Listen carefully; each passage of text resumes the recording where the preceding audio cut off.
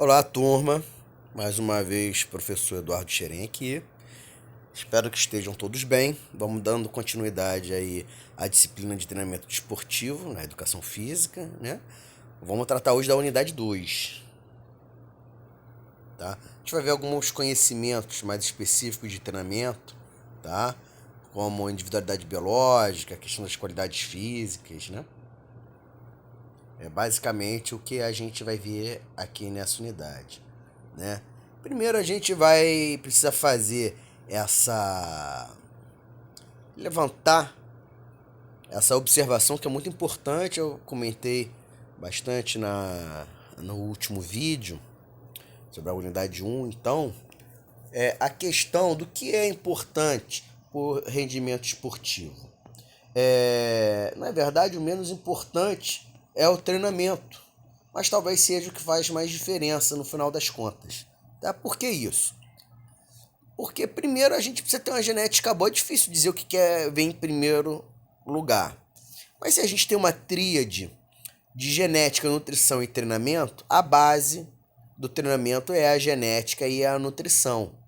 E aí a gente aprimora os indivíduos, né, que são melhores geneticamente para aquele esporte, né? Para aquela, de repente, aquela posição naquele esporte, caso o esporte tenha diferentes características dependendo de que função você tenha dentro do esporte, não é verdade? Então, se o indivíduo ele é geneticamente capaz de executar com excelência as demandas de um esporte e ele está bem nutrido, ele vai render bem mesmo que ele seja mal treinado, tá? A não ser que ele seja muito mal treinado e esse treinamento leve ele à lesão. Ele não consegue competir, tudo bem. Mas se o treinamento, por exemplo, não for muito suficiente, o treinamento for relativamente fraco, o indivíduo vai competir bem. Ele pode até não ganhar, tá? Mas ele vai competir bem. Agora, um indivíduo muito bem treinado, que não é geneticamente favorável, ele não vai ganhar nada. Ele pode, evidentemente, praticar o esporte educação, o esporte educacional, né? O esporte na escola, o esporte da escola. Pode praticar o esporte recreacional, o esporte terapêutico. Às vezes precisa correr para manter peso, para reduzir, né, índices de pressão arterial, melhorar a sensibilidade à glicose, à insulina, essas coisas todas que a gente sabe que o esporte proporciona. Mas se o indivíduo não for geneticamente apropriado para aquele tipo de condição do esporte, ele não vai ter nível de competitividade nunca. Vou dar exemplo. Se um indivíduo não tem como característica genética ser um indivíduo veloz, ele nunca vai conseguir índice de prova de 100 metros, 200 metros, por exemplo. Não vai conseguir, tá? Você tem que ser geneticamente apto a provas de velocidade. Evidentemente que tem aqueles caras que são super rápidos, super aptos, tem uma genética muito apropriada, com muita testosterona, muita adrenalina, mas especialmente uma concentração de fibras rápidas, né, de anaeróbicas láticas, fibras do tipo 2, muito grande, e tem uma capacidade genética de sincronizar as fibras musculares de um mesmo grupamento, quer dizer, recrutar um maior número de fibras. A gente sabe que o treinamento técnico, treinamento de coordenação motora, melhora muito o sincronismo intramuscular e intermuscular, tanto de agonista quanto de antagonistas. Vamos entender. Intermuscular. Um ventre muscular, ele possui milhares de fibras musculares. Durante a atividade física, não são todas as fibras que contraem ao mesmo tempo. Conforme a gente vai fadigando algumas fibras, outras vão sendo recrutadas subsequentemente, e aí o exercício a gente vai fazendo, beleza? Vai dando continuidade no exercício. Indivíduos têm diferentes latências genéticas para recrutar mais ou menos fibras musculares. Quanto mais fibra muscular você consegue recrutar ao mesmo tempo, isso te dá uma potência muscular mais apropriada à velocidade, né? Pô, a gente está falando de potência, né? E a coordenação intermuscular é entre o ventre da ação primária, tá? E os ventres musculares que são acessórios, que vão ajudar no movimento. Então a gente consegue recrutar melhor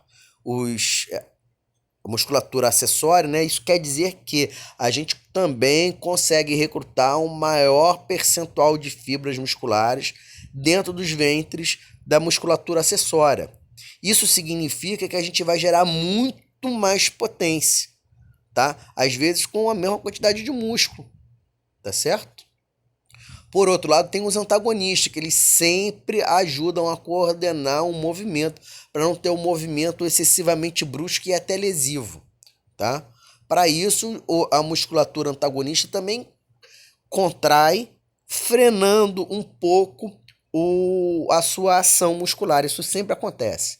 Então, quando você tem uma coordenação intermuscular melhor, você consegue acionar menos o antagonista. Então você libera mais a potência que você está realizando no músculo primário e nos agonistas dele, né, nos acessórios. Você consegue fazer com que essa potência se traduza num resultado melhor, tá certo? E isso, mais uma vez, o treino melhora, mas a gente também tem um bocado de capacidade genética nisso, principalmente nessa questão de percentual de fibra muscular. Tá? Na questão da aptidão do sistema endócrino de produzir mais ou menos hormônios que são importantes para você. Tá? Então veja, a genética é fundamental. Mas não adianta você ter uma genética ótima, perfeita, se você está totalmente desnutrido. Você às vezes não consegue ficar em pé, não vai conseguir correr 100 metros, por exemplo. Em aula eu comentei que o Pelé, né, o Edson Arantes do Nascimento, saudoso, dentro de campo, então saudoso há mais tempo ainda, ele foi considerado não só o melhor atleta de futebol da história, isso pode ser mudado, né? Porque a história continua, e o Pelé já saiu dos campos, é o que ele pôde fazer no futebol, isso é finito, já aconteceu, tá? Se pode ter atleta hoje que seja melhor que o Pelé, que não seja, isso tudo é discutível, tá? Mas, de qualquer maneira, se ele é o melhor atleta da história de futebol, né? O melhor jogador de futebol da história, ou não, isso é discutível. Pode, de repente, surgir um atleta no futebol que seja a passos largos melhor que o Pelé, que seja unânime, que venha a ser melhor do que o Pelé. Isso pode acontecer, tudo pode acontecer, inclusive nada, né? Mas isso é para o futuro. Atualmente, o que se tem ainda é muito discutível sobre várias óticas, e não cabe aqui essa discussão. Mas além dessa questão do melhor jogador da história, certamente no século passado, século XX, ninguém jogou mais bola que o Pelé. Isso é ponto pacífico, né? Mas a discussão não é Pelé jogador de futebol, e sim Pelé atleta. Pelé foi considerado o melhor atleta do século XX. Pode ser que isso mude, né? Para esse século, pode ser que tenha algum atleta que tenha índices melhores que o Pelé, mas veja que o Pelé ele foi considerado o melhor atleta do século não pelo que ele fez no futebol, mas sim pelas capacidades físicas que ele tinha. Ele foi uma pessoa, né, que provavelmente não teve o melhor treinamento que se podia, porque a informação na época, né, em comparação a hoje em dia, era muito limitada, e isso enaltece muito mais as características genéticas do Pelé. E se ele foi, né, teve todo um histórico de preparação física que sem dúvida hoje é muito melhor, e ele teve a expressão que teve, imagina hoje, não é verdade? Então o que acontece?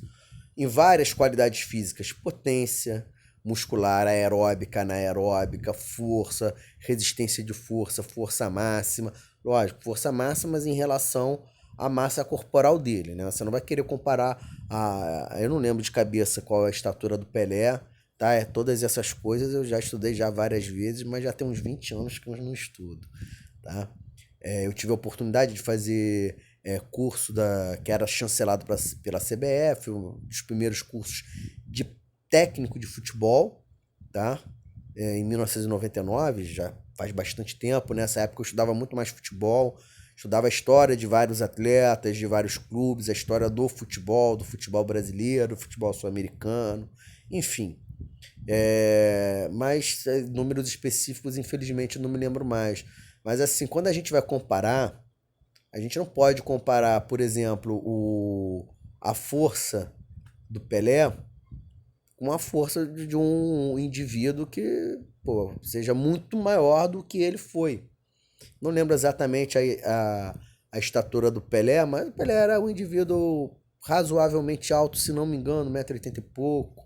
Você não vai querer comparar com um cara que tem, sei lá, 2,10 m, pô, 120 quilos, percentual de gordura de 10%. Tem que fazer tudo relativar. Então, pô, mais scores, né? Resultados em teste de habilidade geral, habilidade específica, de velocidade de reação, visão periférica, potência, como eu falei, potência vertical, potência horizontal, enfim, o Pelé ele tinha scores, né? Resultados excelentes, excelentes. Isso mostra que ele tinha um berço genético top de linha, né? Mas imaginem vocês, se o Pelé fosse um menino desnutrido, realmente desnutrido, faminto, ele conseguiria correr? Ele conseguiria, né, quando boa parte da carreira de jogador de futebol que o Pelé teve, não tinha cartão amarelo nem cartão vermelho, ele tomava muita pancada, não só ele, né? Mas ele tomava muita pancada. Será que ele aguentaria correr? Aguentaria chutar a bola com força? Aguentaria 90 minutos dentro de campo tomando pancada o tempo todo? Difícil, né? Então, mas se com qualquer atleta que tem um berço genético muito bom, né? O genótipo dele é muito bom. Ele é bem nutrido, né? Adequadamente nutrido. Então ele não é gordo, não é magro, ele é normal, né? Dentro do padrão de saúde. Tem ofertados aminoácidos essenciais, não essenciais, vitaminas, minerais, lipídios, carboidratos, tudo de qualidade. E o indivíduo tem um berço genético bom, com um pouco de treinamento, o indivíduo já consegue ter capacidade competitiva, tá? Então, lembrando sempre, nutrição e genética é a base. Quem vai fazer o polimento, o aperfeiçoamento desse indivíduo, que tem uma personalidade genética ótima e tem um status nutricional ótimo, quem faz isso é o treinamento. Mas, mais uma vez, o treinamento acaba sendo decisivo. Porque genética tem ou não tem, vai mudar ou não vai mudar. Se o indivíduo é um atleta de alto nível de velocidade, ele é um atleta de alto nível de velocidade. Ponto. Tá certo? Se ele é um maratonista de alto rendimento, ele é um maratonista de alto rendimento. Ele tem a genética que lhe favorece. Fazer a nutrição não é nosso papel. Mas não é, se o indivíduo é saudável, não tem nenhum tipo de doença que atrapalhe, né, a metabolização de nutrientes, a digestibilidade, nada. O trabalho do nutricionista não é muito grande. E quais são as necessidades diárias de energia do indivíduo, tá certo? Baseado no treinamento. O que o treinamento demanda, o que os períodos de recuperação e supercompensação demandam e oferta para ele. Normalmente evitando alimentos industrializados, procurando sempre fontes naturais, variadas, né? Garantindo ali quantidade, né, recomendada para as demandas desse atleta de vitaminas, minerais e tudo mais, micronutrientes, macronutrientes. O que sobra? Sobra treinar. E aí ele vai ter, né, os atletas de alto nível têm adversários que têm o mesmo berço genético, né, assim, em sentido de qualitativo, tem um berço genético, tem um genótipo de alto nível, de alto rendimento, que lhe propicia o alto rendimento, ter uma nutrição adequada, vai ganhar quem treina melhor. Não é quem treina mais ou quem treina menos, é quem treinar melhor. Então, o menos preponderante no desempenho físico é o treinamento. No entanto, é o mais importante, porque é o que faz a diferença. Meio doido falar assim, mas é isso. Bem, para um indivíduo ser bem treinado, o preparador físico, a comissão técnica, tem que prestar atenção em algumas regras, tá? Ou alguns princípios, chamados de princípios do treinamento desportivo, princípios norteadores do treinamento físico ou do treinamento desportivo, enfim. Dependendo do autor, ele vai pontuar mais ou menos princípios, tá? Eu vou citar os princípios que tem aqui, que é baseado na bibliografia da gente, e ao final eu vou fazer a ponderação do que alguns outros autores falam sobre algum outro princípio de treinamento físico, tá? Ou de treinamento da preparação física, ou de treinamento desportivo, enfim. Eu não vou citar muito nomes, tá? Porque, de repente, alguém pode entender que eu falar, ó, fulano de tal, autor tal, aponta esse princípio de treinamento. Pode, de repente, parecer que eu estou desqualificando os nossos autores, tá? Ou desqualificando esse autor. De repente, pode parecer que o princípio que ele elenca, que não está elencado aqui, pode ficar parecendo meio bobo ou muito importante de forma de desqualificar o nosso ou de desqualificar o dele. E a ideia não é essa, tá? Preste atenção sempre que na ciência muita coisa pode ser refutada, na verdade tudo pode ser refutado, né? Se houver um engajamento teórico, uma base teórica para tal, a ideia da ciência é que os postulados científicos sejam sempre revistos, né? E a nossa capacidade de compreensão sobre os fenômenos aumente, tá? Mas sempre tem a questão cultural, a maneira, o viés cultural de um autor em qualquer área, né? Vai fazer com que ele entenda determinado fenômeno de uma maneira diferente, tá? Então, como a ideia não é ficar comparando autor A, autor B, autor C, a teoria deles, então eu vou citar e não vou citar nomes.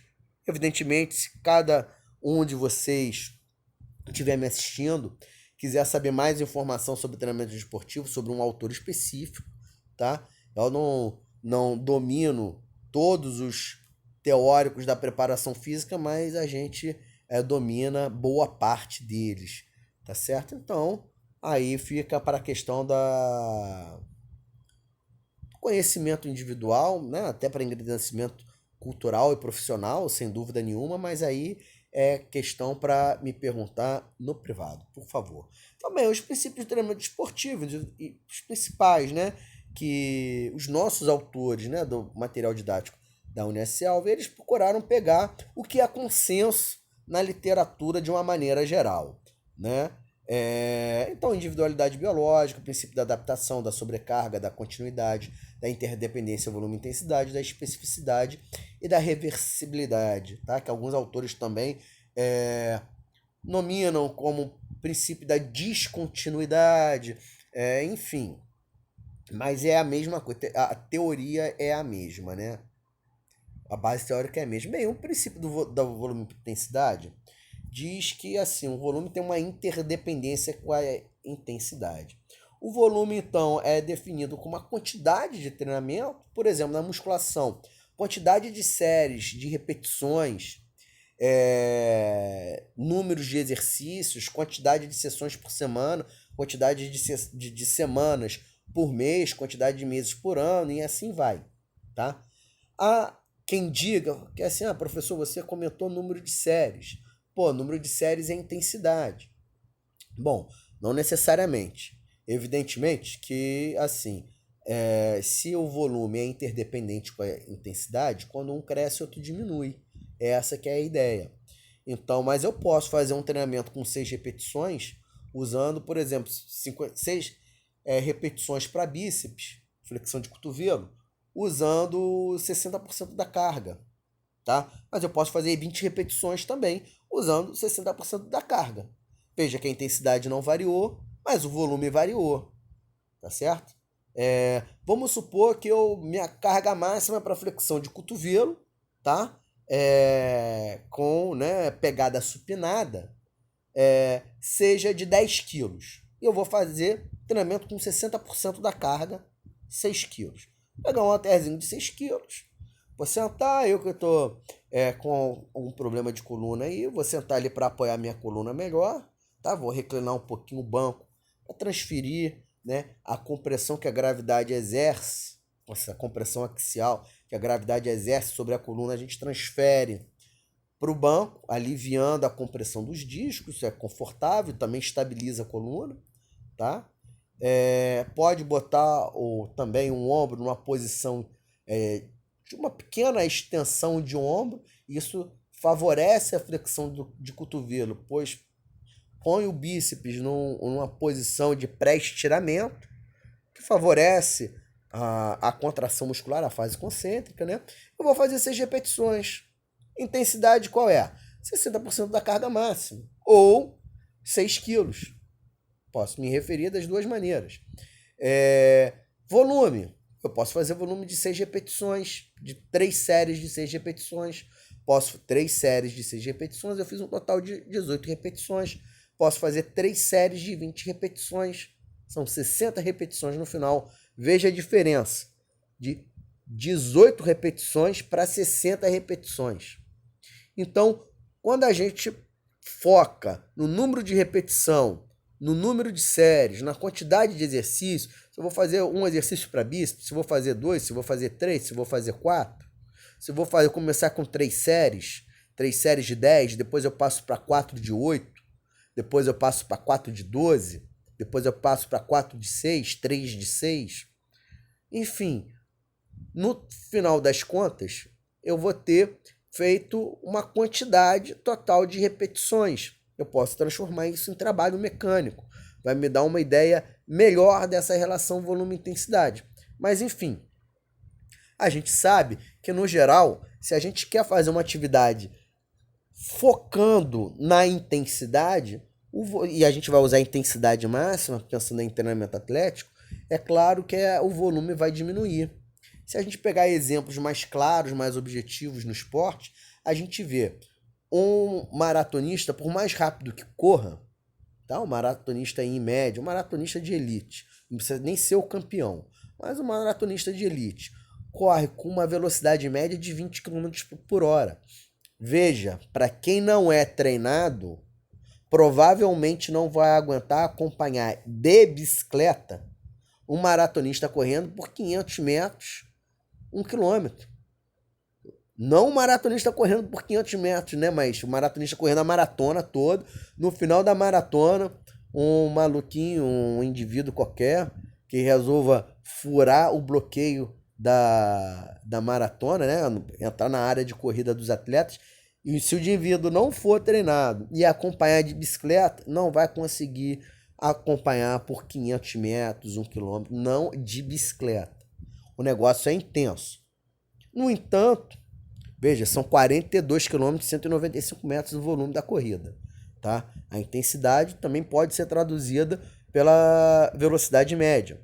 20 km por hora, 22, tá? Mais ou menos isso. Mas um corredor de 100 metros tem uma velocidade média muito maior do que o corredor de maratona. No entanto, a velocidade de pico de um corredor de 100 metros ele já não consegue manter por 200 metros, para se ter uma ideia. É óbvio que a corrida de 200 metros também tem uma velocidade média muito maior do que uma corrida de maratona. No entanto, são poucos segundos, tá? Uns 20 segundos, 20 e poucos segundos, tá? De repente o campeão olímpico faz um pouquinho menos. Provas de 100 metros, certamente menos de 10 segundos, tá? Então, veja que a intensidade é muito maior, mas o volume é pequeno. No entanto, veja, indivíduos que estão mal treinados, se eles querem, por exemplo, correr uma meia maratona e até correr competitivamente, No início do programa de treinamento, ele vai ter volume baixo e intensidade baixa, tá? Então, essa interdependência volume e intensidade, ela é um princípio, pedagógico, tá? Se não me engano, é o Tubino que chama de princípios pedagógicos, né?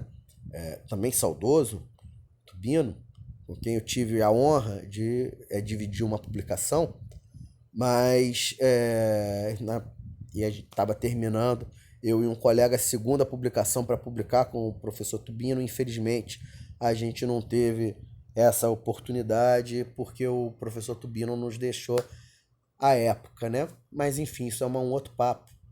Mas, veja, no início, então isso é um princípio pedagógico, é um princípio para nortear, para chamar a atenção do preparador físico de como são essas relações.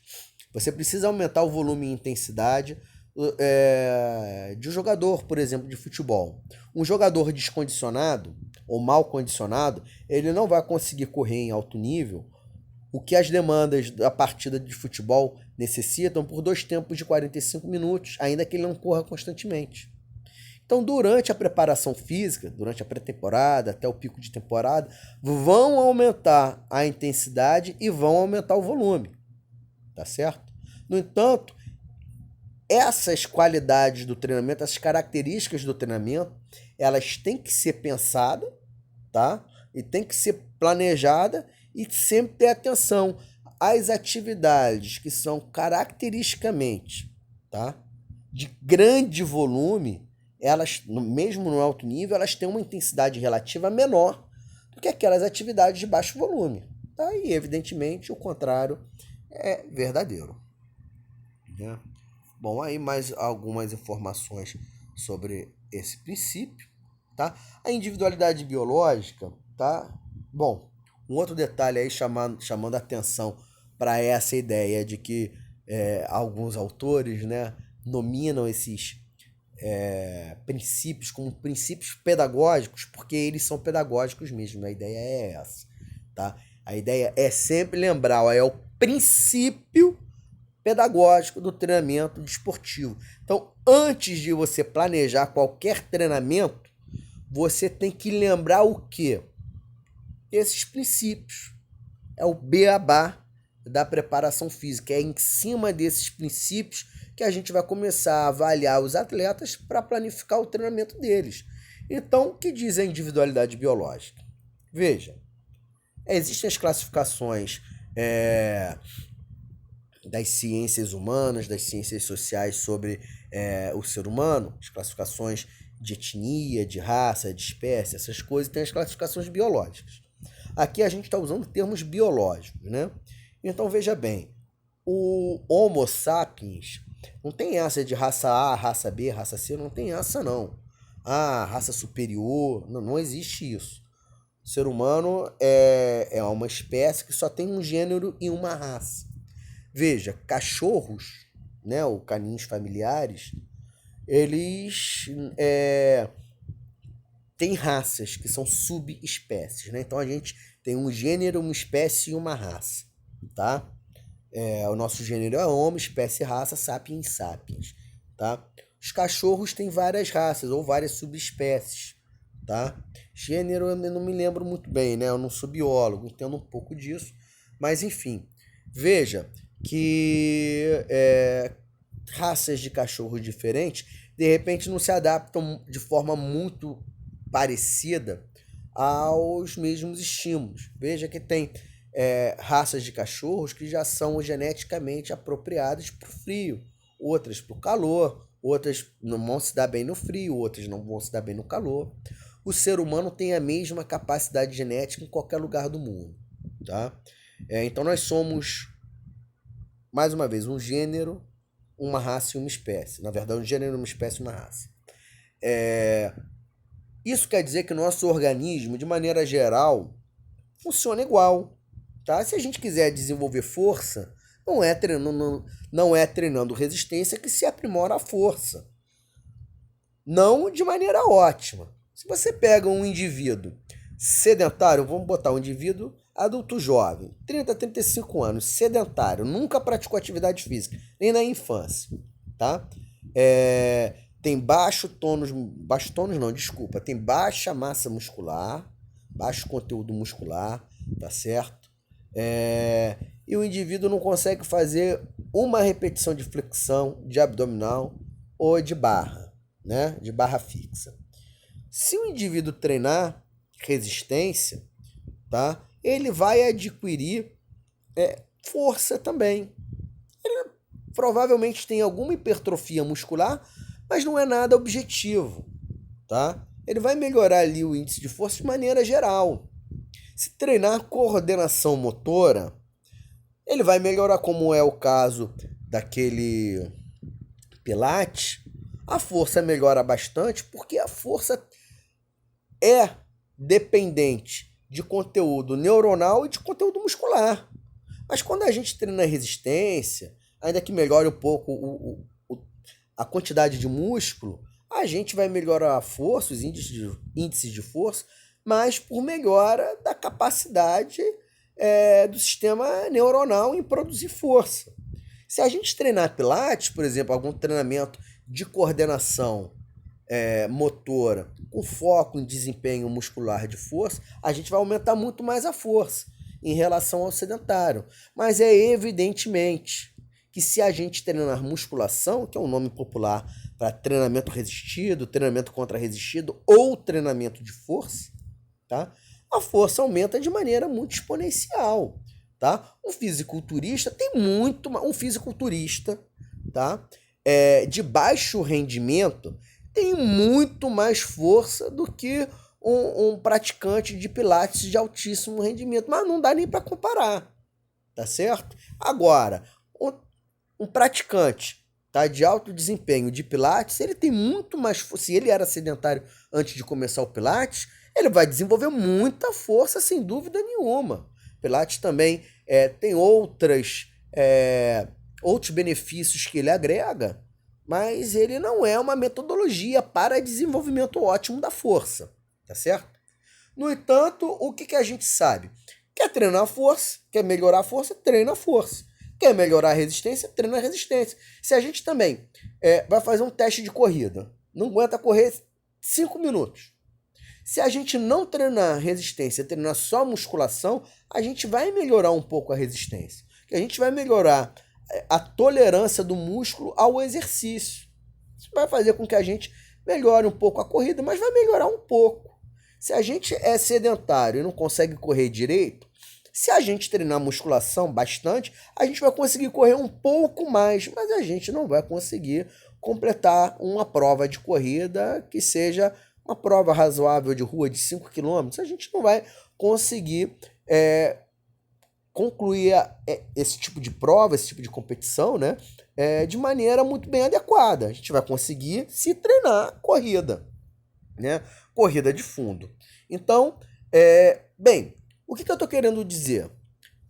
Parece que eu estou falando do princípio da especificidade, mas os princípios pedagógicos eles são redundantes porque um completa o outro, né? Veja, a gente sabe que o nosso organismo ele se adapta de maneira padrão, tá? Se a gente quer uma adaptação, já é um outro princípio, né? Mas enfim, se a gente quer uma adaptação de força, a gente tem que treinar força. A gente sabe que independente das nossas características individuais, a gente não vai ficar muito forte se treinar corrida. Ponto.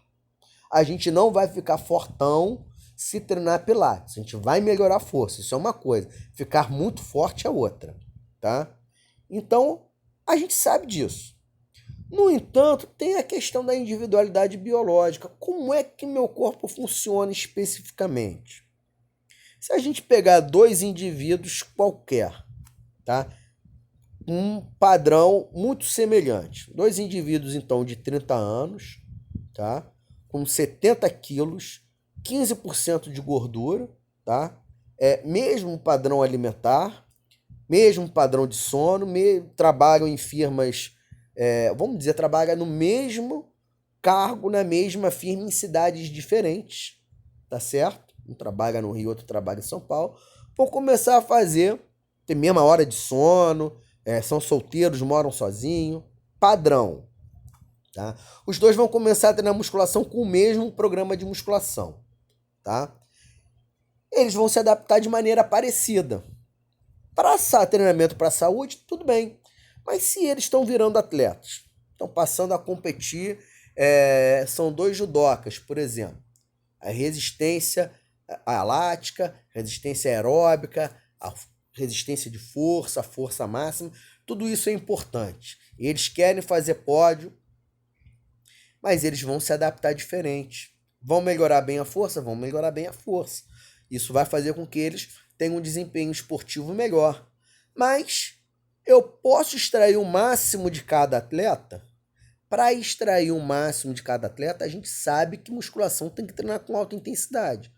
Mas aí a prescrição de treinamento deles vai ter que ser específica, tá certo? É isso que diz o princípio da individualidade biológica, tá? A gente pode ter até um organismo que seja mais ou menos padrão, né? A gente sabe que se comer muito sódio vai aumentar a pressão arterial, tá certo? Se a gente desidratar muito, a gente pode ter um choque hipovolumétrico, né? Que se sangrar muito a gente morre, né?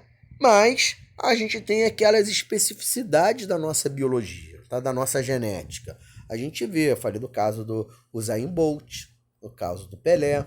Como é que ninguém atingiu os resultados que Pelé atingiu? Como é que ninguém atingiu a velocidade que o Usain Bolt atingiu, pelo menos em provas, tá? Em provas oficiais.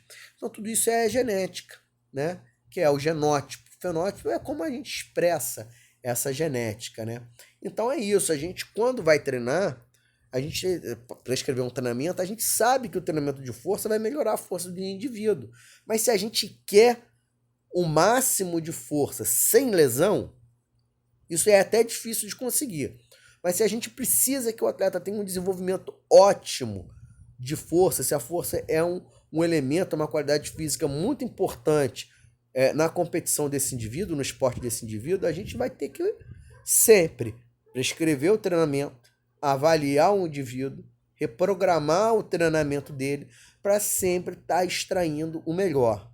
E se a gente pode partir para bastante, né, um contingente bastante variado de indivíduos, se a gente pode partir exatamente com o mesmo programa de treinamento, fazendo a observação de que todos são saudáveis, não tem nenhuma restrição articular, metabólica, nada, ninguém toma remédio, a gente pode partir de um mesmo ponto inicial? Pode, mas para extrair o máximo desse atleta, e essa é a função do preparador físico, tá? Extrair o máximo do treinamento físico dele, da capacidade física dele, aí sim o ideal é personalizar o treinamento de cada um, tá? Porque cada indivíduo, apesar de ir apresentando o mesmo desenvolvimento, em algum ponto o mesmo treinamento vai ficar insuficiente ou vai ficar exaustivo. Vamos pegar aí o futebol. O Flamengo recentemente trocou o preparador físico durante a estada do Sampaoli, do Jorge Sampaoli, ou do Jorge Sampaoli mesmo, brasileirando, né? No Flamengo veio um uruguaio que é conhecido por treinamentos extenuantes. E em pouco tempo, acho que em 3 jogos, saiu o Arrascaeta lesionado, saiu o Araújo lesionado, sozinho, foi dar uma corrida, sentiu o posterior de coxa, excesso de treinamento ou intervalo insuficiente para o nível de treinamento. Mas isso, como eu já falei, como é que eu vou dizer? Isso é a incumbência do preparador físico.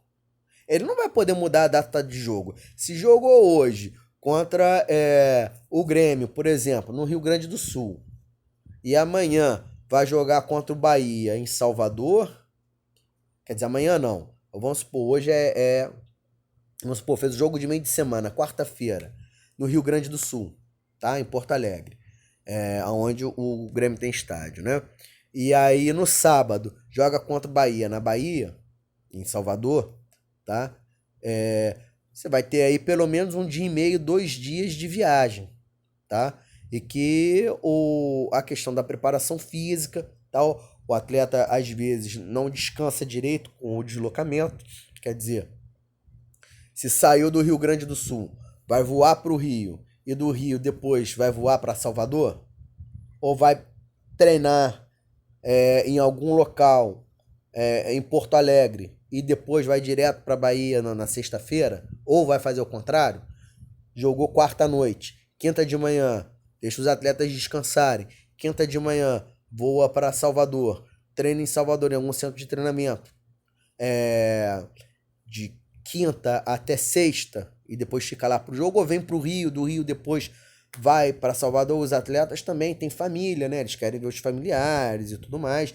Isso é importante. Então, o tempo que vai ter para treinar, o tempo que vai ter para descansar, será que é suficiente? Será que o nível de treinamento que eu tô dando é apropriado para o atleta, em condições de descanso ideal, de recuperação ideal? Será que, quer dizer, o que eu tô falando? Será que o nível do treinamento que eu tô dando pro atleta, mesmo que ele tenha 2, 3 dias só para se recuperar, será que vai ser o suficiente para ele se recuperar? Será que o treinamento que eu tô dando não é excessivo? E outra coisa, às vezes o treinamento que eu tô dando não é excessivo porque eu tenho feito de avaliação fisiológica, de padrão fisiológico do atleta. No entanto, ele vai ter pouco tempo para descansar. Será que eu devo continuar com a mesma intensidade ou volume de treinamento? Será que não é hora de dar, de repente, uma reduzida para propiciar uma recuperação e uma supercompensação melhor desse atleta? Bom, fato é que às vezes a gente vê um grupo grande de atletas, né, como é no futebol profissional, treinando junto, às vezes com algumas particularidades. Em algum momento os laterais treinam juntos, os zagueiros treinam junto com os atacantes, o meio-campo treina junto, enfim. Mas a preparação física, muitas das vezes, boa parte é todo mundo junto. E às vezes a gente vê que o mesmo treinamento, uns atletas começam a decolar, o rendimento começa a aumentar muito, mas outros começam a se lesionar pelo caminho. Entendeu? Isso é o quê? Individualidade biológica que está mostrando como ela é importante. Então, como a gente respeita esse princípio da individualidade biológica? Exatamente da maneira que eu falei. É impossível a gente prever quais são todas as capacidades do atleta. Até onde ele pode chegar em condicionamento aeróbico, anaeróbico, lático, de força, de potência, é impossível prever. Tá? A gente pode fazer estimativas. Mas o mais importante é a gente sempre ter a questão da reavaliação da capacidade do atleta.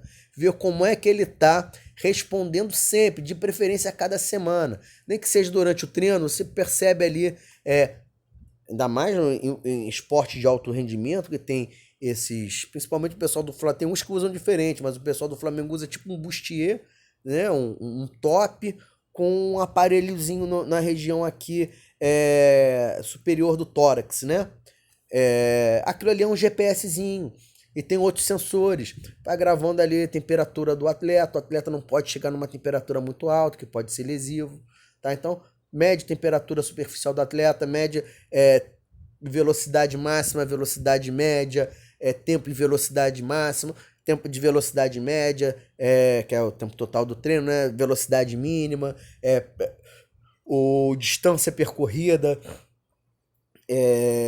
local, né? Se teve, como é que foi essa corrida, se teve muita variação de direção durante um estirão, né? Um tiro, por exemplo, precisou fazer muita corrida sinuosa. Então, tem tudo ali. E cabe ao fisiologista, né, e ao preparador físico, a comissão técnica de uma maneira geral, está sempre reavaliando isso. Será que depois de um jogo, um dia de folga, na reapresentação dos atletas, se o atleta de repente deu 1, 2 tiros, reparou que o atleta de repente está mais ofegante que o normal, de repente o GPS está mostrando que a velocidade de pico dele caiu um pouco, o atleta pode estar muito cansado, pode não ter descansado direito.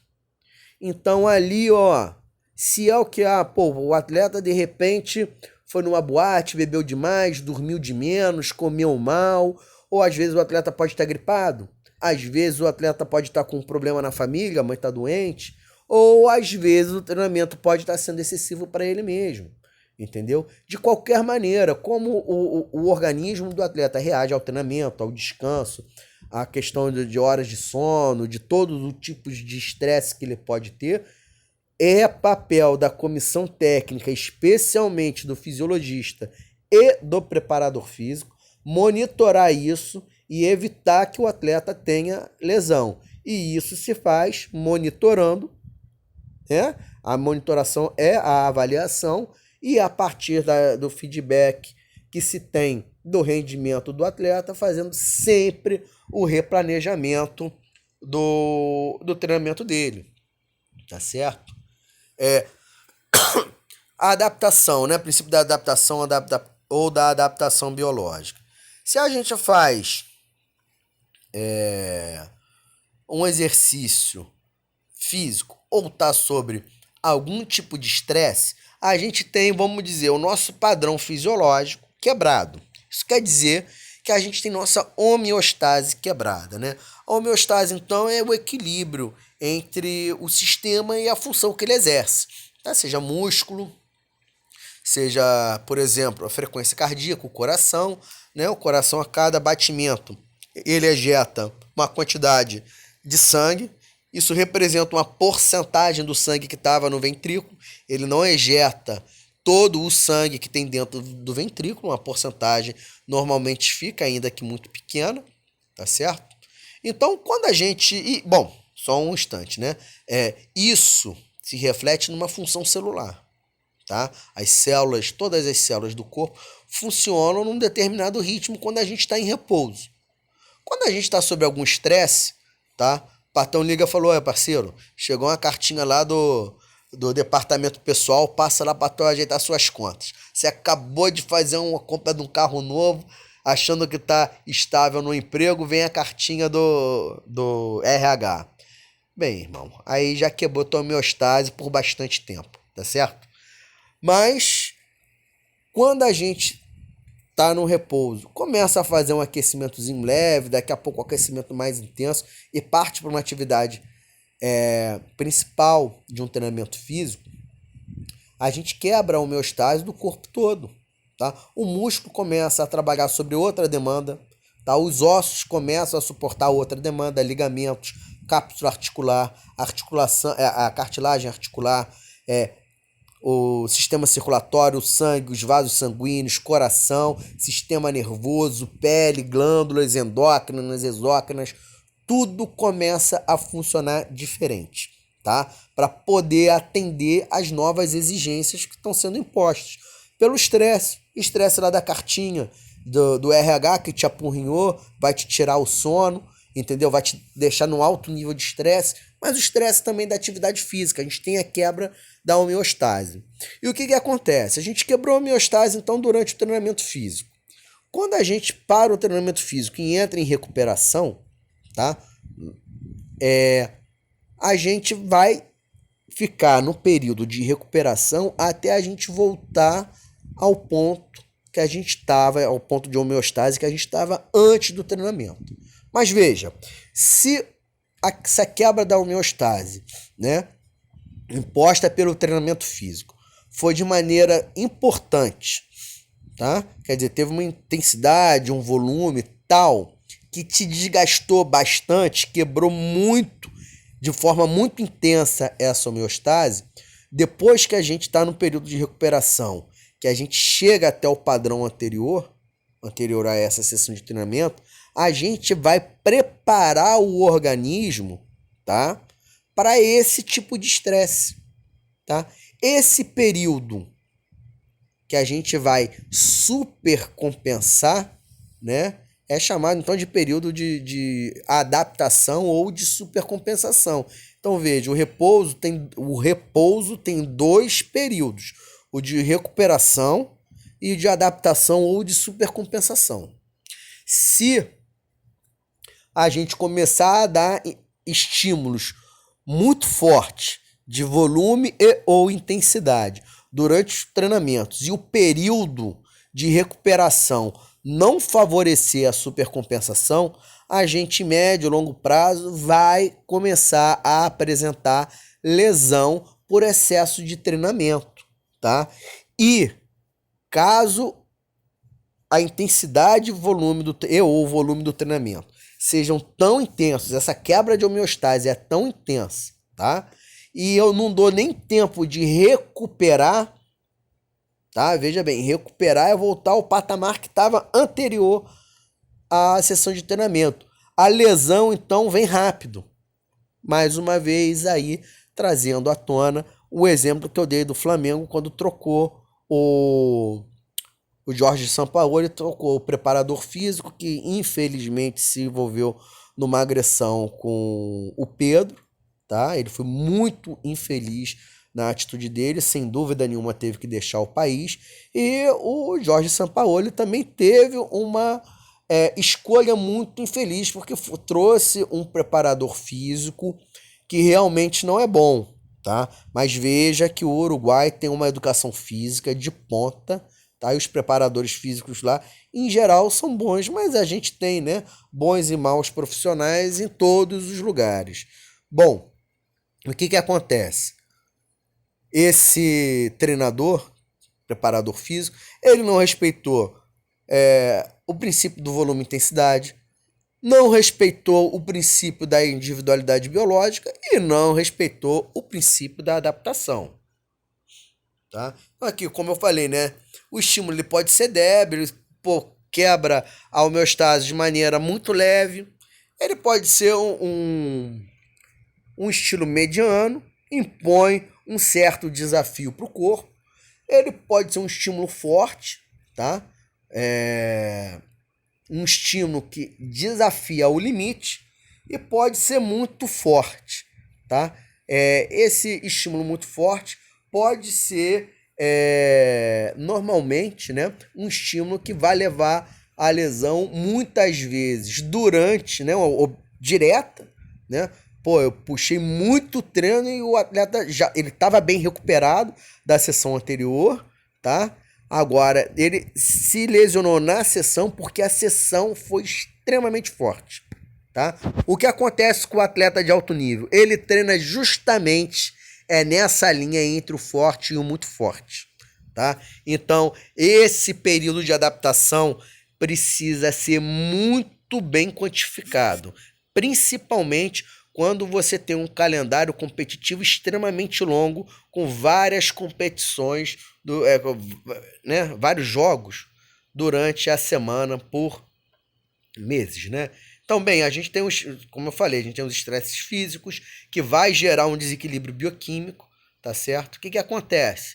Poxa, eu tive lesão no músculo, tá certo? É físico, mas como é que eu reparo isso? Eu reparo com bioquímica, tá? Com o músculo liberando sinalizadores químicos, tá? Que vão atrair hormônios, que vão atrair outros sinalizadores celulares, que vai atrair nutrientes, que tem que vir pela alimentação, tá certo? Vai trazer ali para o local da lesão, para quê?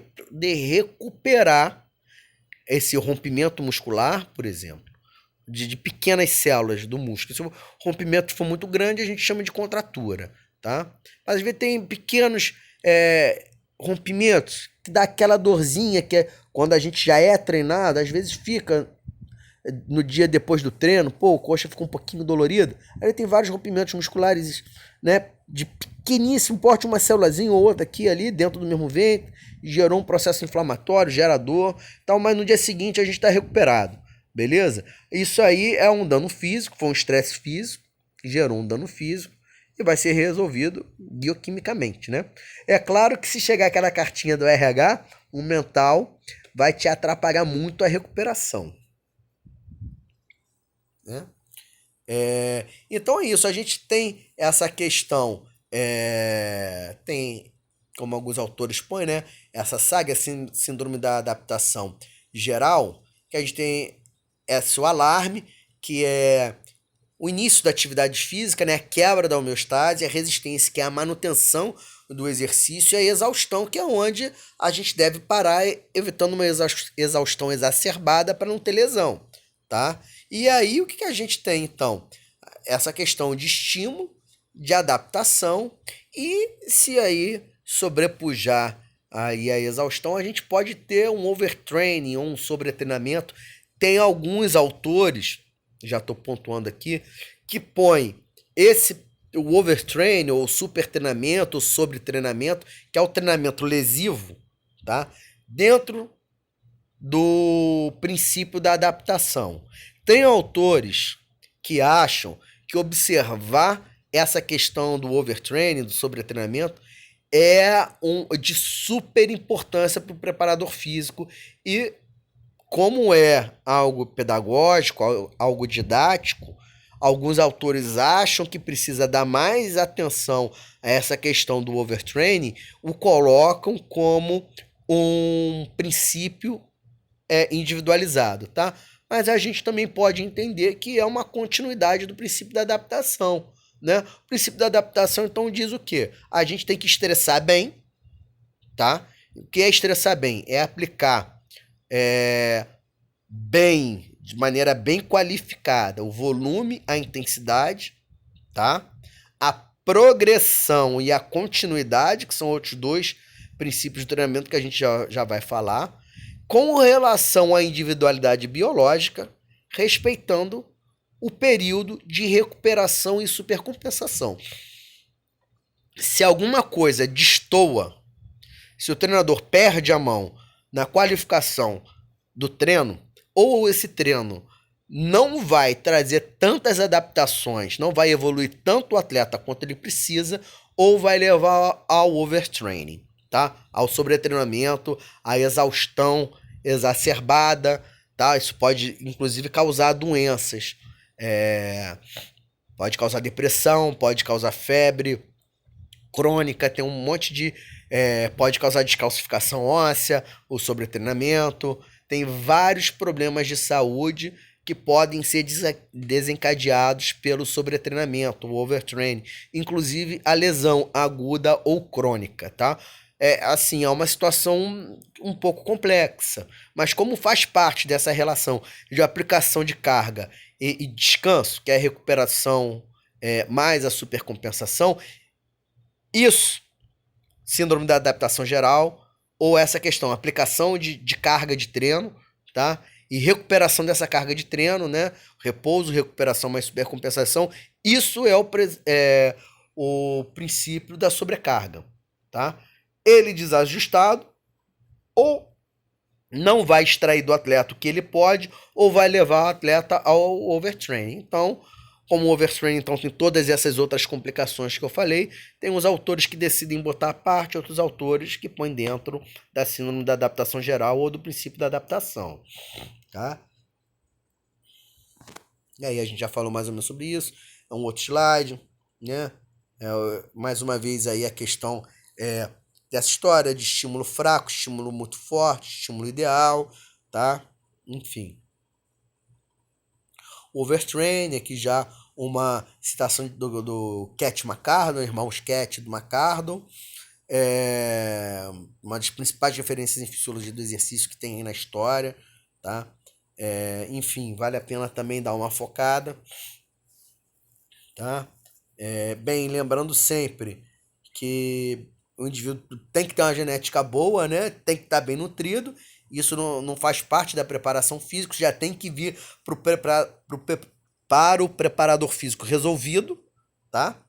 E aí sim, ajudar ali a quantificar, a planilhar o treinamento e o repouso é fundamental para evitar a sobrecarga. Veja aqui, ó, essa linha de A a B, os pontos de A a B, a gente pode dizer que é a homeostase. Então veja, o indivíduo parte do ponto A, tem um desgaste com o treinamento, que vai do ponto 1 ao 2, e aí, quando acaba o ponto ligado, acabou o treino.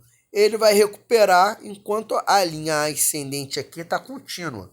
Chegou na homeostase, o que ele continua recuperando, na verdade, a gente chama de supercompensação, que é, como eu já disse, aonde a gente ganha rendimento físico. Aí na segunda sessão de treinamento, ali no ponto 3, tem a sessão de treinamento, há o desgaste, né? Passa ali pelo nível do que estava no início do treinamento, tá? até chegar lá no ponto 5, aonde tem o desgaste, né, máximo do treino, o treino para, e aí a linha continua ascendente para o ponto 6, é justamente a recuperação, tá? Veja, quando ultrapassa a linha dos pontos 5, 6, quando ela ultrapassa o ponto 3, ela passa a ser pontilhada de novo. Por quê? A gente recupera até a gente alcançar o status fisiológico que a gente tinha até a sessão anterior. O que a gente ganha de status físico, além disso, é supercompensação. E aí outro estímulo, e veja então essa linha ascendente, a linha do ponto 1 até o ponto 12 lá, tá? Essa linha que sai da linha AB e vai encontrar a linha EF, você veja que é o rendimento esportivo, como que ele vai melhorando conforme a gente vai dando corretamente os estímulos e permitindo a recuperação e a supercompensação. Então veja como a linha contínua ascendente de recuperação, ela só vai até o nível da sessão anterior. E então continua com a pontilhada, ganhando rendimento na supercompensação. E veja que a linha, o segmento CD', tá? Que é o termo mais apropriado para usar, é o nível de lesão. Tá? Veja que esse treinador, pelo menos nesse exemplo, não houve a exacerbação do treinamento. O treinamento não excedeu o limite de lesão. Então vamos só nominar de novo a linha A. E o segmento AB' é o segmento do homeostase inicial do indivíduo. Tá? O segmento EF' é o nível máximo de treinamento que ele chegou nesse gráfico. E o segmento CD' é o limite ali para a lesão, ele não foi ultrapassado. Então, quer dizer que esse treinamento foi bem prescrito, o indivíduo foi bem estimulado pelo treinamento, ele teve períodos ótimos de recuperação e de supercompensação.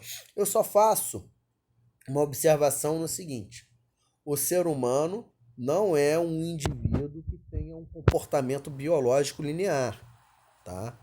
Todo mundo sabe disso. Você treina hoje de uma maneira, vamos voltar àquele mesmo exemplo que eu dei de você treinar musculação 6 vezes por semana com 3 rotinas de treinamento, tá certo?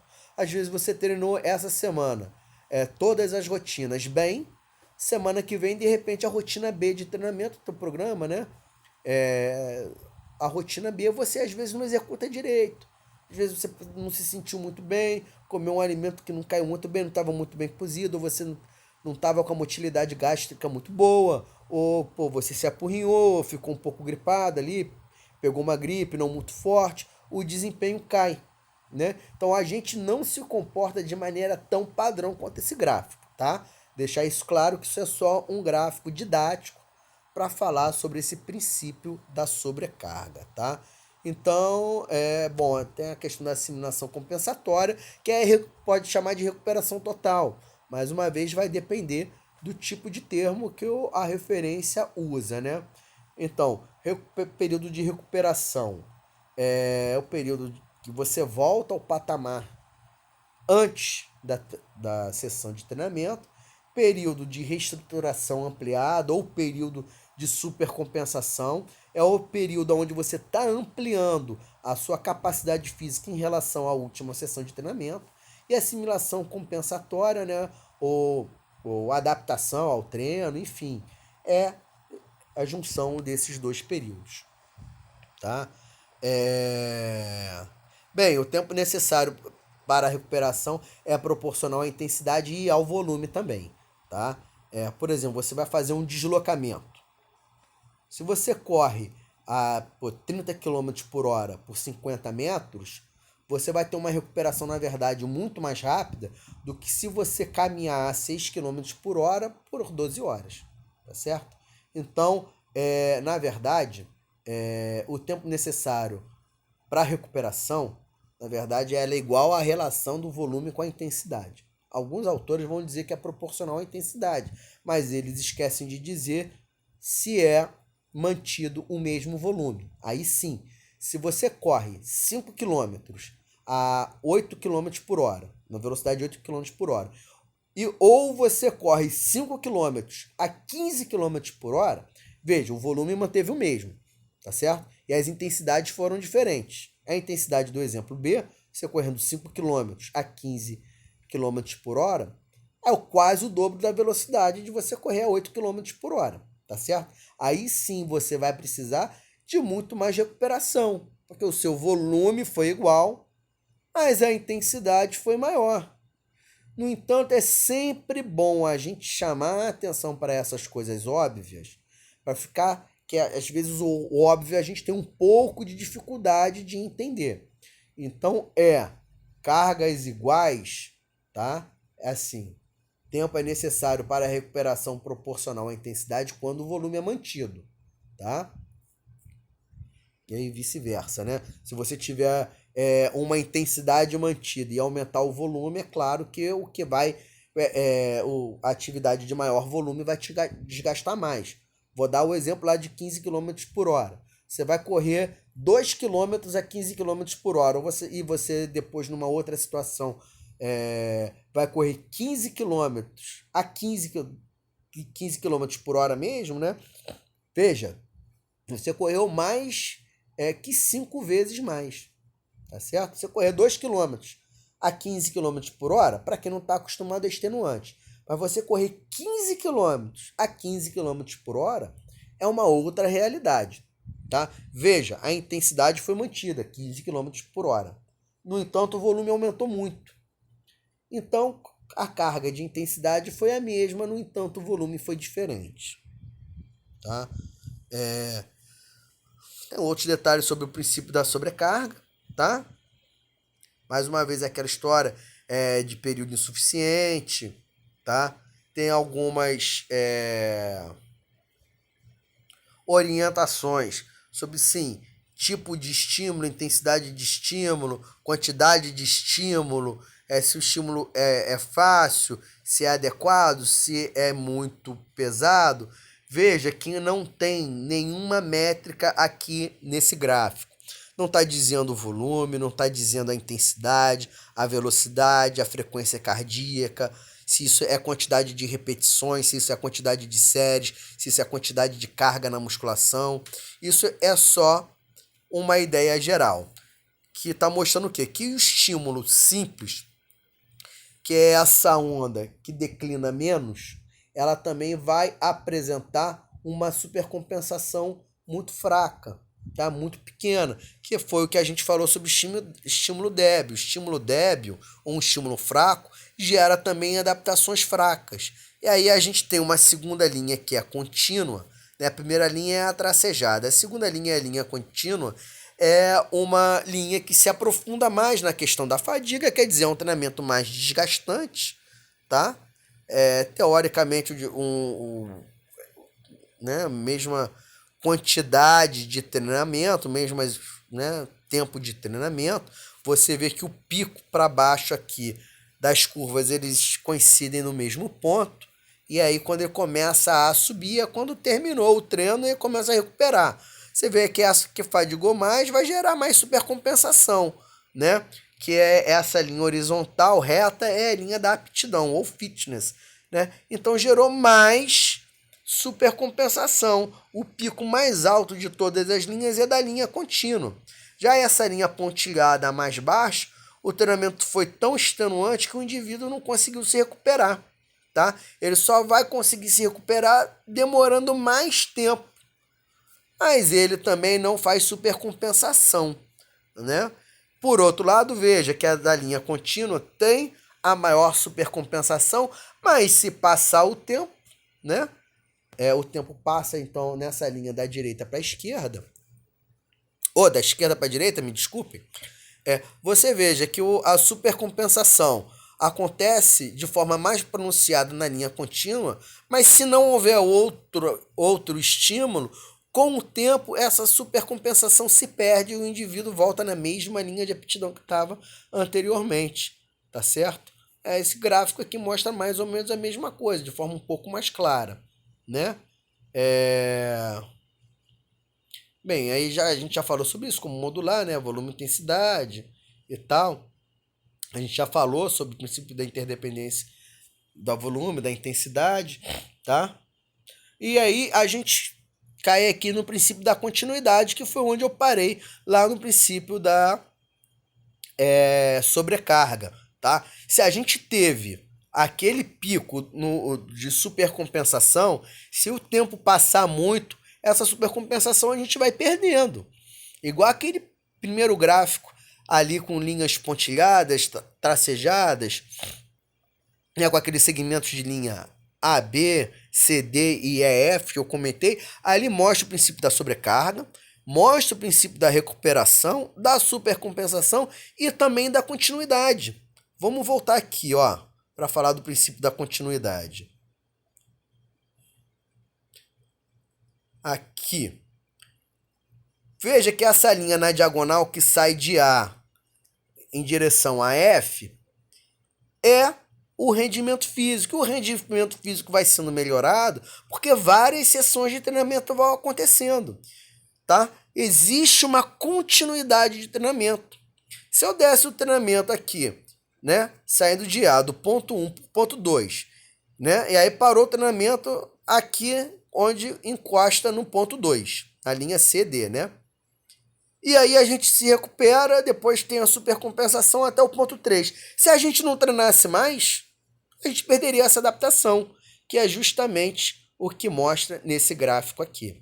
Então, o princípio da continuidade diz que a gente tem que ter sessões de treinamento subsequentes para a gente poder ter, então, o aperfeiçoamento do desempenho físico, tá?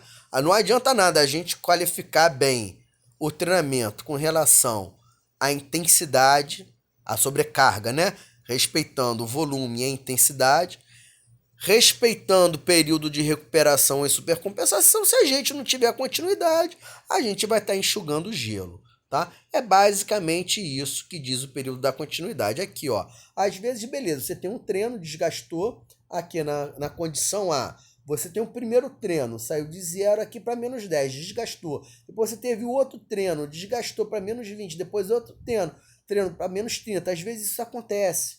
Você desgasta um pouco, não desgasta muito, tá? Você não dá um período de recuperação muito grande, porque também o desgaste não foi muito grande, tá? Então, o período de recuperação não é grande, mas é apropriado. Aí você dá outro desgaste. Quando você, dependendo de como você planejou esse treinamento, vê, ó, eu vou dar 3, 4, 5 sessões de treinamento direto aí, vai ter um treinamento bacana, e aí depois te dou uma folga, entendeu? Quer dizer, vamos supor, o indivíduo precisa ali, vamos dizer que fosse 12 horas para descansar, para ele ficar zerado, né? Para ficar novo em folha. Só que ele descansou 10 horas, aí vem outro treinamento. Era para ele descansar, 12 horas, aí ele descansou 8. Aí precisava de mais 12 horas, ele descansou 10 de novo. Depois ele tá precisando não mais de 12 horas, mas ele tá precisando de 20 horas. Aí o treinador vai lá e dá 20 horas, tá certo? Por quê? Porque às vezes treinou força, pô, você tá ruim de resistência, você tá ruim de força, você tá ruim de potência vertical. Então, ó, a gente vai ter que treinar tudo isso essa semana. Então, pô, deu um desgaste, desgastou força. Aí a força está até melhorando lá um pouquinho. Aí eu vou lá, dou um foco mais em potência, depois foco mais em resistência, tá? Precisa treinar tudo sempre. Então você tá cansando tudo ou é mesmo uma qualidade física só. Ó, você vai correr hoje 3 km, amanhã tu corre 5. Aí você vai estar mais desgastado, já correu 8 em 2 dias, de repente você corre mais 3, deu 9, beleza. Aí você descansa, tem um dia de folga. E aí depois a gente volta. E aí repara que do primeiro estímulo ainda em A para B caiu 10, né? Mas vamos lá ver em B, caiu de 20, caiu para 0. Então, a primeira sessão de treinamento lá em B foi muito mais desgastante que a primeira de A. Beleza? Mas veja que aí ele dá 2 treinamentos subsequentes, tá? Pode ser no mesmo dia, ou dias diferentes, né? E aí ele dá um período de recuperação.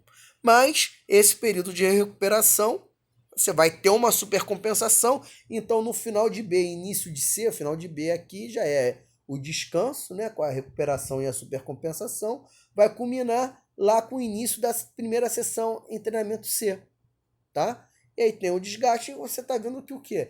Teve uma continuidade. O indivíduo saiu lá de um nível de condicionamento 0 e chegou no nível de condicionamento, a última bolinha, lá na última linha vertical, que é a linha 11, tá? Vai chegar até o mais 50. Então, a continuidade, ela permite você ir acumulando adaptação. Senão, você teve uma adaptação ali ao treino, você treinou, se desgastou, se recuperou, supercompensou, mas você parou o treino, você vai entrando no destreino, que é outro princípio que a gente já vai ver.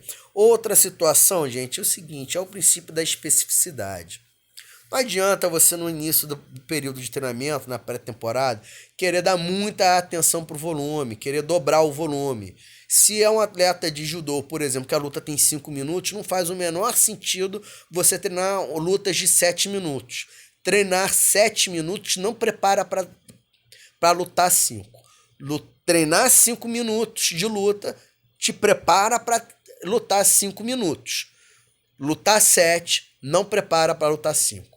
Antigamente tinha essa ideia, o cara vai subir no ringue, 3 minutos um round, 1 minuto de descanso, o cara vai fazer 10 rounds. Então beleza, no treino o que eu vou fazer? Vou treinar 15 rounds de 5 minutos por 30 segundos de intervalo. O que vai acontecer? Quando ele subir no ringue para lutar com outro colega, adversário dele, se o adversário dele treinar a mesma coisa, beleza, ganha o que tiver melhor na hora. Mas se o adversário dele treinar 10 rounds de 3 minutos forte, com 1 minuto de descanso, esse vai estar muito melhor preparado. Não adianta um jogador de futebol se preparar para jogar 120 minutos seguidos se ele joga 90 minutos com um intervalo de 10, 15 minutos mais ou menos. Tá? Outra coisa, não adianta eu ficar treinando a arremessar a bola de vôlei na cesta se não, na hora do jogo a bola é de basquete, não é de vôlei. Não adianta eu jogar futsal com tênis de corrida se na hora do jogo o tênis é aquele tênis mais plano.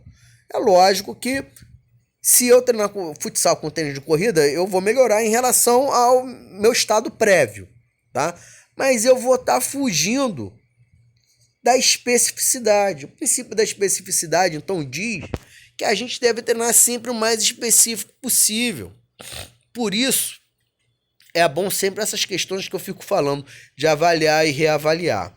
E aí, o que você deve fazer como preparador físico? Bem, na última temporada, os melhores do mundo no futebol, por exemplo. Os melhores camisas 9 do mundo no futebol. Qual era o índice de força? No pico da temporada. No auge da temporada. Qual era o pico de força deles? É um camisa 9 que trabalha muito o fundamento do cabeceio. Qual era a impulsão vertical dele? Impulsão horizontal todos vão ter que ter. Para tá correndo, de repente salta para dar um carrinho na bola, dar um peixinho na bola, dar uma raspadinha na bola, uma casquinha, com o biquinho da chuteira, que seja. Então, impulsão vertical, impulsão horizontal, resistência de força, força máxima, resistência aeróbica, velocidade máxima, velocidade média, quilometragem média por jogo. Do meu camisa 9, do meu camisa 10, do meu camisa 5, do goleiro, todo mundo. Qual foi a qualificação dessas variáveis no pico da temporada? Quantos chutes em média quantas finalizações dava certa pro jogo? Quantas conversões fazia da finalização, né? Convertia em gol, então. Então, presta atenção, finalização total, incluindo aquelas isoladas. Finalização em gol, conversão em gol, tá certo? Dribles certos, dribles errados. quantas faltas sofreu, quantas faltas fez, quanto cartão amarelo tomou e o que você tem que fazer. Se você trabalha em alto nível e você pode pegar essas equipes, você tem que aproximar a sua equipe da mesma capacidade física da outra. Senão não vai adiantar. Trabalho técnico, se o cara dribla mais, se dribla bem, isso é papel do técnico. O papel da preparação física é tentar extrair, pelo menos, equiparar aos seus principais adversários. Senão não tem jeito, senão chega em desvantagem, tá certo? E o princípio da especificidade é isso. Poxa, beleza, o maior cabeceador do mundo na temporada 2022-2023 deu quantos cabeceios por partida? Pô, deu 15 cabeceios por partida? Beleza. Aí a gente faz uma filtragem disso. A parte tática e técnica da equipe favorecia a jogada aérea? Ou era uma equipe que fazia muita jogada com bola no chão? Tá? Você também tem que ponderar isso. O seu atleta é um atleta forte no cabeceio? É um atleta que tem tem boa estatura é bem alta? É um atleta que tem, às vezes, uma estatura não é tão alta, mas tem uma impulsão fenomenal? Mas, beleza, ele se coloca bem em jogadas de bola aérea? Isso tem que filtrar, mas o papel do preparador físico e da comissão técnica é trazer todos esses dados para dentro da especificidade da sua equipe. E, por exemplo, um lutador de judô, por exemplo, ele tem qual golpe forte? Ele tem, sei lá, um Sasai Tsurikomiyashi forte? Ele tem um Harai Goshi forte? É lógico que ele tem que treinar muitas variações, tá?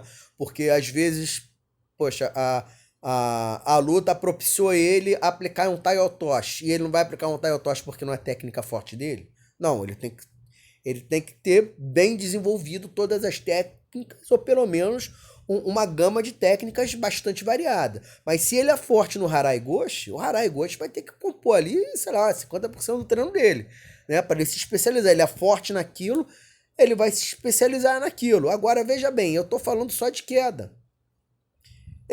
O judô também tem o Nevasa, que é a técnica de luta, o Nagenovasa, né? Que é a técnica de luta de solo, né? Mas isso, a própria regra do judô desestimula. O judoca tem que saber lutar no chão, mas ele não tem que ser um exímio lutador de chão. Então, na preparação física, você vai fazer uma preparação física para favorecer o seu atleta a ter maior desempenho nas projeções, especialmente nas projeções que ele é forte, ou você vai favorecer uma luta de chão? Então não faz sentido você favorecer muito a luta de chão. Vai ter que fazer parte uma hora ou outra do treinamento, sem dúvida nenhuma, ou você vai fazer uma preparação física focada na especificidade. Na verdade, por exemplo, o atleta de futebol corre.